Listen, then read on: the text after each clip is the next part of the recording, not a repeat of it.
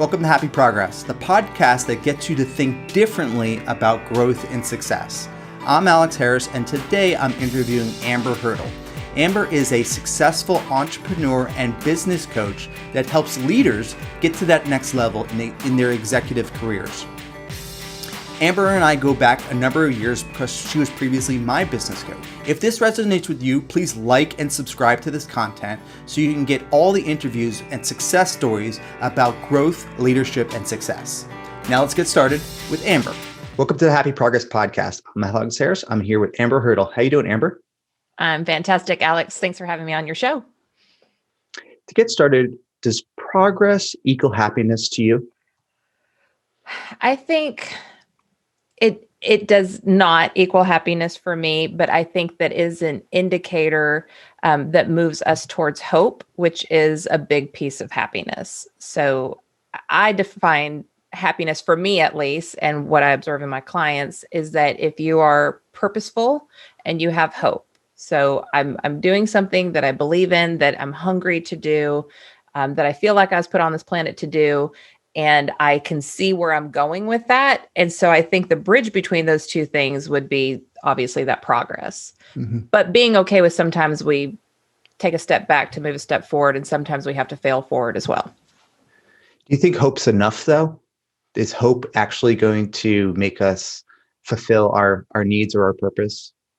No, but I think if you don't have hope, you can't make progress. Like if you can't see where you're trying to go, how do you know how to get there? So maybe it's all intertwined. Maybe I should say that those three things go together. Look, you've already changed my paradigm, Alex. Well, it's a good point. If you don't know where you're going, how can you ask to get there? So really understanding what your end goal is, and then maybe work backwards.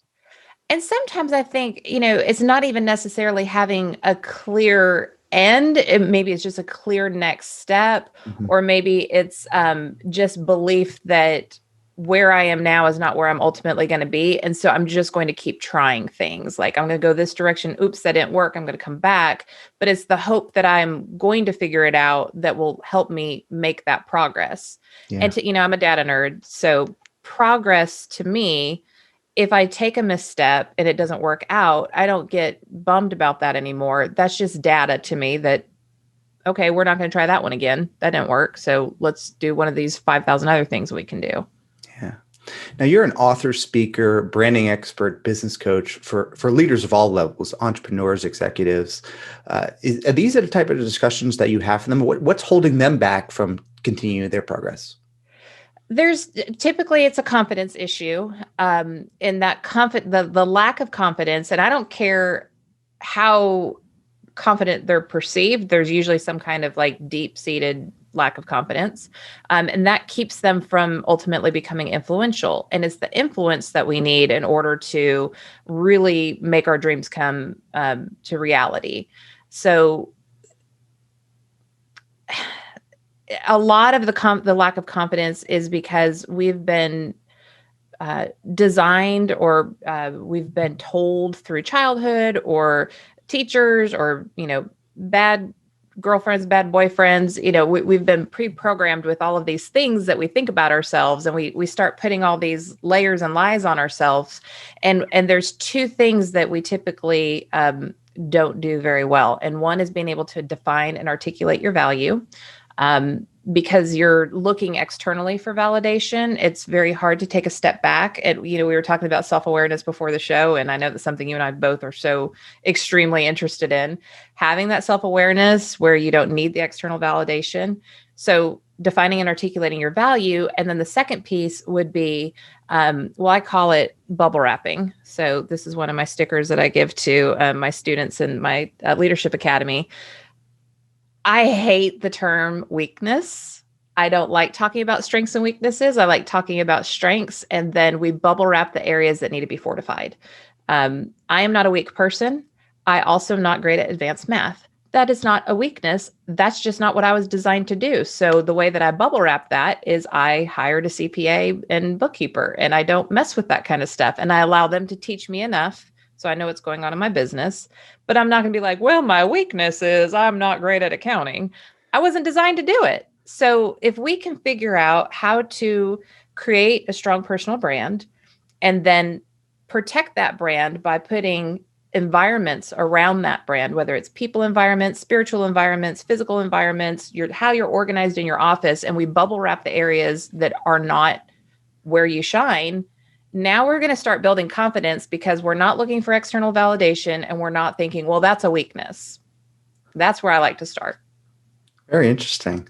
Yeah, it's understanding what you're good and not good at, and maybe the bubble wrap bounces you off some of your not good things, but you still really focus on your overall strengths.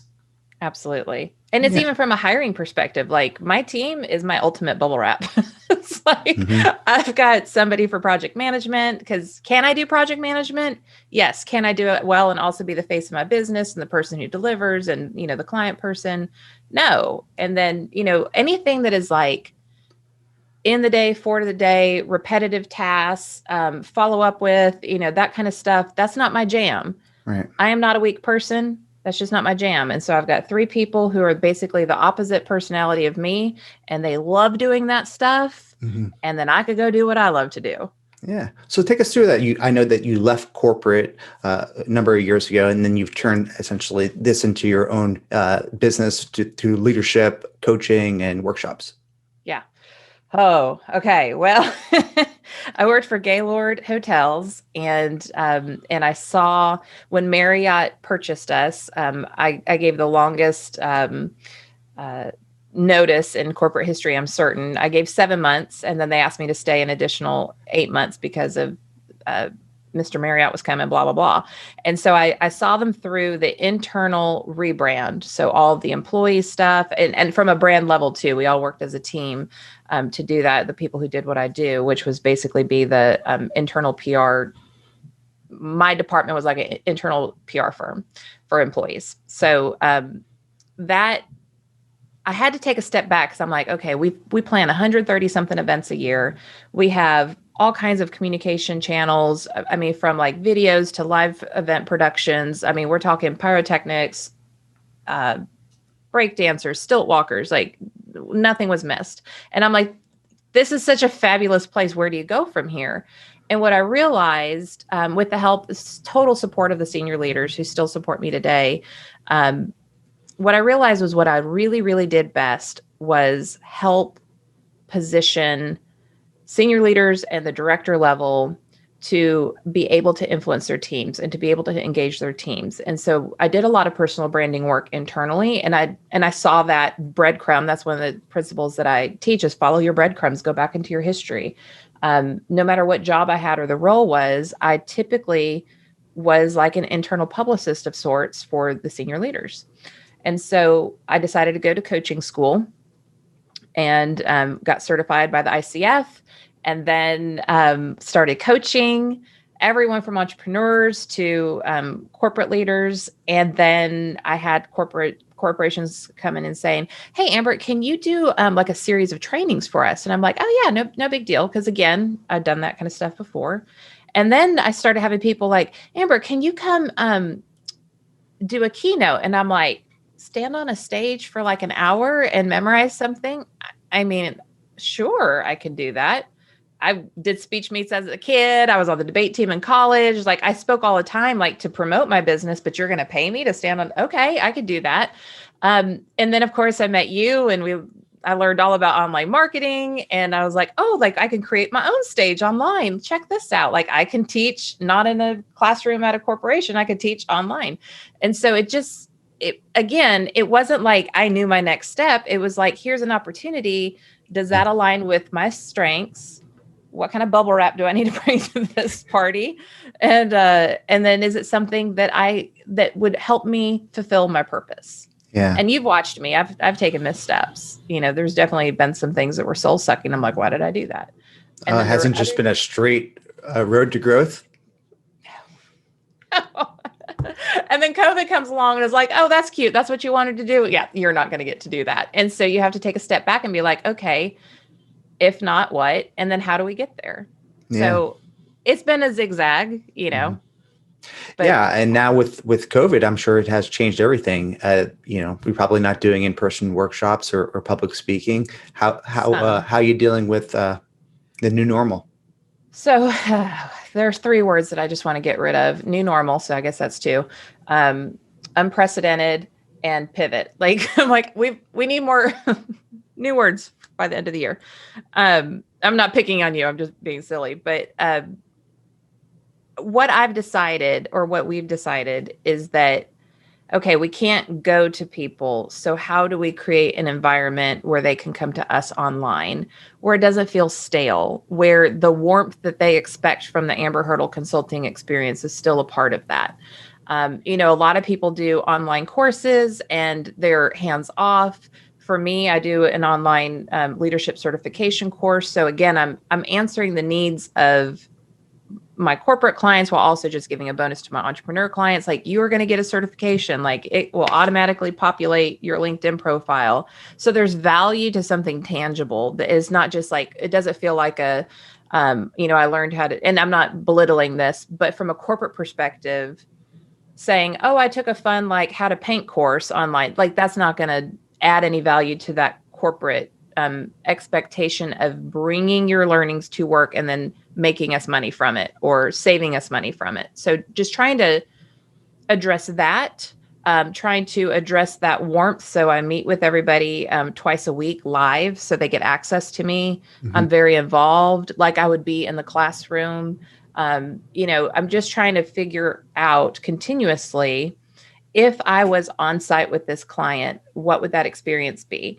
And so even for my last, for the graduation, I typically hand out, they get their digital, verified certification, but I give framed certificates to people who finish my courses.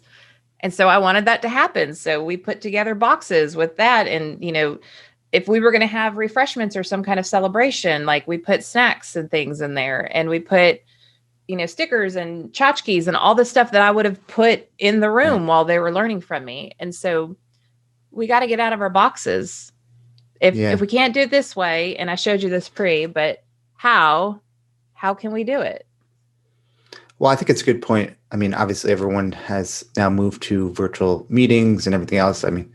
I've worked at home for a long time, so it really hasn't affected me very much, but you definitely see a Zoom fatigue and, this is all new to everyone else. Probably nothing will ever be the same again, but the fact that you're getting creative, making it different, I think it goes a long way. Yeah. And really building relationships too, because if you're trying to do something like this and they're on Zoom all day, and then you're like, get on Zoom one more time, they're going to be more likely to want to be on a Zoom with a friend than somebody who is just going to expect more of them. Mm-hmm. So, trying to figure out, like, what does this relationship look like, and how can I make that person feel valued and also make the content valuable to them? Mm-hmm. It's not about us. I think you and I know that. And I think that's one area where a lot of people get stuck. It's like, well, I want this and I want to do this. And it's like, well, it's not about you. They're there for them. Yeah. So how are you connecting people, networking, strategy, entrepreneurship, and leadership all together? Because I think that's one of your unique differentiators, where everyone's focused on leadership coaching or just making more money. I think it's more about, as you said, creating more value, communicating your message, and showing your uniqueness. Yeah. So for me, my leadership journey, there's 5 pillars. And so the first is build a strong personal brand. The second is to build the supportive environments. We've already talked about those two. The third is to master your communication. So if you're a corporate leader, or even if you're a leader in a small business, you have to be able to understand, like, your own communication style. And the example that I like to give is like Nike. We all know Nike, right? So Nike has their brand, they have how they roll, they have a brand voice, but they're going to market differently to an elite athlete than they're going to market to the woman wearing athleisure wear to Target. Different messaging. They don't change their brand, they change their message. And so in that master your communication, we have to figure out, okay, well, what's my voice? How do I show up? And then how do I need to communicate differently to the senior leader versus a peer versus a vendor versus a customer versus someone I'm marketing to versus, a subordinate. That's where a lot of people get stuck, because they know how to talk to the people that report to them, but then they freak out when they have to talk to somebody 2 levels ahead of them. Right. So we go through that. And only when you are confident in your communication, because you know your brand and you know how you're supported. So you've built processes so that you're not going to ever be caught with your pants down. Now you know how you're communicating. You understand who your unique audiences are, whether that's internal or external. Now we need to figure out how to engage.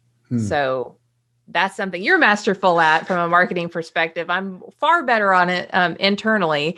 But when we're self-aware and we have that strong personal brand, and then we have all these other things in place, we can start to see and harvest the greatness in others.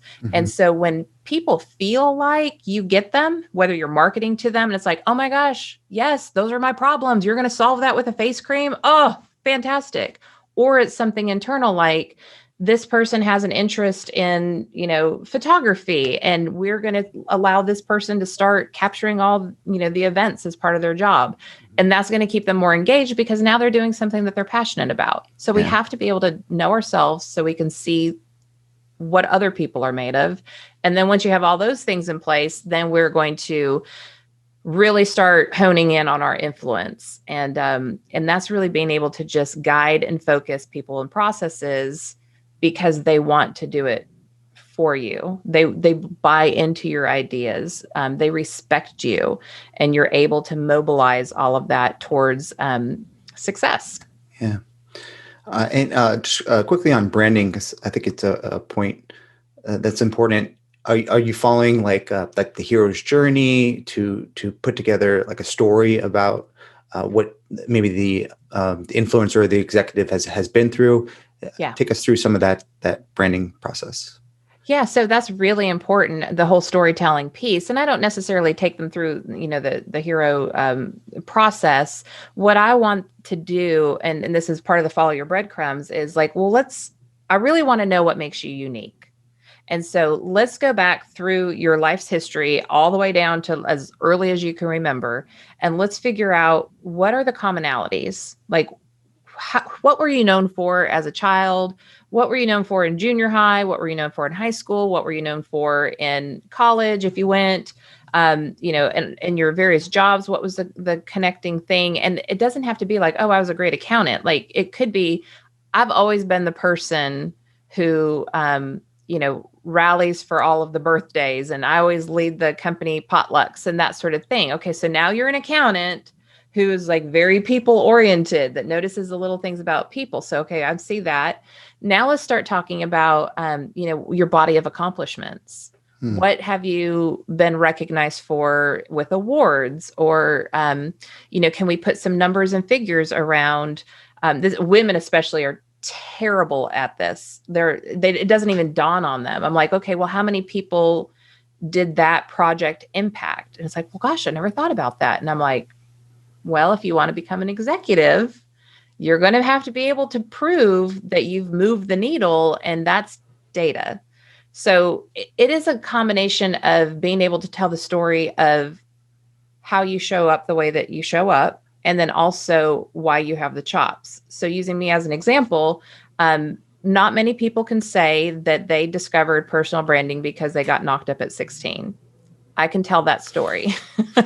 Then I can tell the story of how I've always been about communication and engagement. Right. Always. I can, then I could put my my college degrees in there, and then I can put, the awards that I've won in there, and that, globally I've been recognized as a branding expert. And so when you're able to tell your story, you're not sitting there going like, yeah, I'm the bomb, you should hire me. You just tell your story, and then they can decide if that's a fit for them or not. Mm-hmm. Yeah, relating to people in an empathetic way is ideal, and something that I can certainly work on. One-way messaging is not really going to work these days. No. But I think whether you're a man or a woman, I think we all are pre-programmed with these limitations, and getting outside of our comfort zone, whether it's asking for the sale or showing our own value, telling that story. A lot of times we can't see, the forest through the trees, or whatever that expression is. Yeah. What advice do you give to people who are maybe have that uncertainty about moving forward?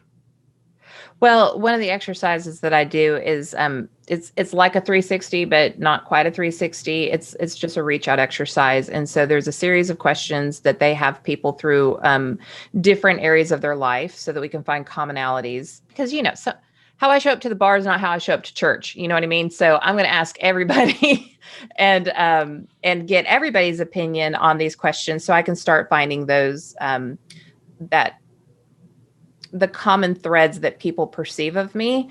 And then there's a separate exercise we do of your self-perception. And then if there's a gap between the two, then we know that there's work to do. And we know that we've got to start building a bridge so that people can see us for who we really are. But the other thing that I often find as people are getting stuck is because they're afraid to push back. They're afraid to say no. They're afraid to voice their opinion. And so that, I think, is one of the number one ways that keep people from their greatness and keep people from moving up the corporate ladder. Nobody wants a yes person at the helm. Right. So if you can't find how to push back respectfully with intention and with purpose, then you're going to be finding yourself, always the support person. Great points, because now I do work in enterprise or around big corporates, and honestly, they want pushback. Yeah. They are more direct with you and more confident in the approach that you take if you give them constructive criticism. I work for an agency, and they're looking to us for consulting to really make better choices for them. And if we were to be yes people, we probably wouldn't be able to keep our jobs. No way. And so that's where, again, so that's a confidence issue. But if you go all the way back to the beginning of the Velvet Machete leadership journey, it's about defining and positioning your value. And so you have to know what that is. And if I've been hired to be the creative director and then the COO doesn't like something that I'm doing, then I have to be able to say, but you hired me. You don't say it that way, but let's just in my mind, you hired me to make the creative decisions, and your job is to really stay on top of the whole, day-to-day ops and everything. I know the value in this. And so it's like, I have to figure out, okay, COO, what's important to you? Or CFO, maybe the CFO doesn't want to spend the money. What's important to you? What's your hot button? What is your fear? How do I address that fear? Just like we address in sales, we address objections beforehand. We always think about what are the objections going to be? How can we overcome those objections in a sales conversation? In a corporation or even small business or whatever, you have to overcome the objections too, because you're selling an idea. So if somebody doesn't like it, then I just did this with a literally $1 billion problem the other day with a very large corporation. And it's like, okay, well, they don't want you to save them $1 billion because they have all of these fears that are going to keep them from even addressing this issue. How do we overcome the fears so that you can present how to save $1 billion? Those are big problems all around. I have to understand my value to know that I have the right to push back so that I can save you $1 billion. I mean, this is not rocket science, but we get stuck because we don't know how to communicate. We don't know how to engage. We don't know how to influence. Right. And so much of that is pre-work before you even have the conversation. And I know you did mention that you're into data. So talk a little about how leaders create strong brands, but also incorporate psychoanalytics. Yes. Okay. I love psychoanalytics. And that's just really a fancy way of saying, personality assessments, behavioral profiles, that sort of thing. And I mean, I could do all of them. I love Myers-Briggs. DISC is good. We could do all of them, but I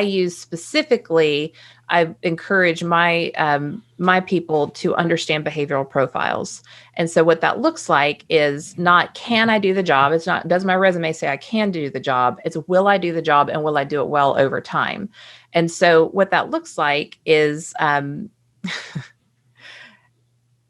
I'll just use myself as an example. I was 19 years old. I was broke as a joke. I was working 4 jobs. I had the opportunity to go work for a large brand at in a factory setting, and I knew people. So people waited like 3 years to get jobs there. Then you go to third shift, second shift, first shift. By the time you've been there for like 10 years, I got hired right away, first shift, and then in refurbishing, like the cushiest, like like you could go use the restroom if you needed to without getting permission and stopping the line or having somebody replace you. So I had it made, but my job, Alex, was a TV came in front of me, and I unscrewed a screw, and then I screwed it back in, and then I went down the line 8 hours a day. You know me. That does not fit your personality. No. And you can't talk, you can't cut up, and you can't, like, the decisions there's no room for you to have any thumbprint on the process. You do your job. It's repetitive, and you follow the rules. So you would think that somebody like me would love, they'd eventually pay for my school. I had benefits. I mean, this was like the dream job for somebody like me. But I quit in 2 weeks. I just couldn't do it, because what they needed was a collaborative team player, not a strong, independent, my ideas are the best ideas kind of person like me. They needed somebody who either was moderately or low in a need for social interaction. Well, you know me, I'm like, where's the party? I like to talk to get my ideas out. So I wasn't a match there. They needed somebody who, takes the same way to work every day, has, it's always Taco Tuesday. I watched this show on this night. Like, that's not me at all. I need competing priorities. I need for every day to look, I need every hour to look different. I'm super fast paced. I'm proactive. I'm not reactive. Right. And then they needed somebody who was a rule follower, who was going to dot every I, cross every T. I think I broke 2 TVs in the process of all this in my 2-week tenure there. I was just not a fit. And so this is where there's a problem is if I did not self-select and get myself out of there, I could have been cancerous for morale. They would have probably had attendance issues with me. But even the fact that they lost me, let's just say I made $40,000 a year, which I probably didn't at that level. But so we're going to have a 20% cost on that of what turnover costs in terms of what you have to pay to recruit, the cost of not having somebody in that position, the cost of onboarding that person and them not being all ramped up. We're looking at $8,000 they lost because I was not a good behavioral fit. Now multiply that times all the people on your team plus your time of having to train somebody, find somebody. What if we just got it right to begin with? What if we didn't even have a conversation until we know you are behaviorally a fit for this job? So the way that I do it is we survey the entire organization, because what I do is not like a pay per use type assessment. It's like a one-time annual fee, and it's limitless. So we're going to get the whole organization done. And then in that particular department that we're hiring for this position, we're going to see like, okay, well, where are we lacking? Where are we strong in one area? And then over here, we just don't have anybody that does that kind of work. And if that's the case, we need to take that in consideration in terms of a team dynamic. And then we need to look at the job itself, and we need to create a job profile, just like you create like an ICP, ideal customer profile. You create an ideal employee profile, but you do it with the behavioral drives. So now I have a pattern, and everyone who applies for that job, their behavioral profile gets overlaid on the profile that I created that's ideal for this position.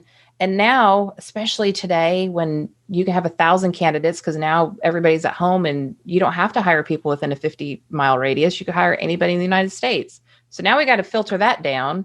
And now I know of these 10 people that are actually a behavioral fit.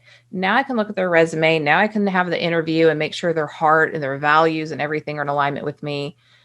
But I know that they're going to be wired to do this kind of work.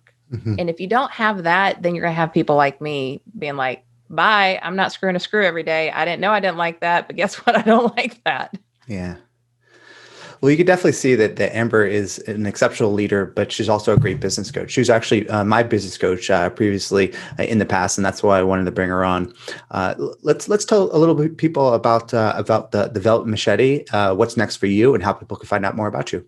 Yeah, absolutely. So we're so pumped. COVID's gift was that we had the bandwidth to finally do this. So we have the Velvet Machete Leadership Academy. We will be enrolling in that. It is an 8-week leadership certification course that takes you through the 5 different steps that we talked about today.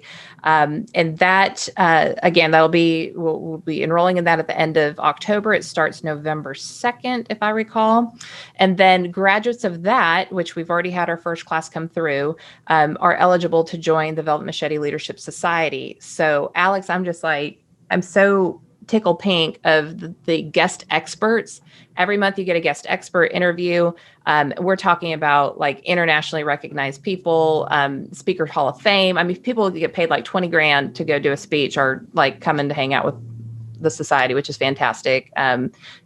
You get a resource, like a toolkit to help you in your business. And then you get office hours with me. So that's like really big right now. We're working on the book. We're working on the planner that goes along with the book. And then my keynote, I've been delivering virtually. So we had to tweak that. Lots going on in the Velvet Machete leadership world. And just, so people understand, Velvet Machete is just about being a confident and compassionate leader. It's about getting people's attention, but doing it in a way that's appealing to that distinct audience. So you can find out all about that. You just go to amberhurdle.com. amberhurdle.com/Velvet Machete Leadership Academy. And we would love to fill you in if that's something that interests you. To close out, what piece of advice that you provide for entrepreneurs to really accelerate their growth within their situation, within the new normal? Yeah. Take a big step back and go to university. Yeah. I mean, every assessment you can take, talk to your parents, talk to your friends, ask people. One of the questions I like to ask people occasionally, and I'll just put it on Facebook, is what's the one characteristic that you think I undervalue? There's so much power in that question.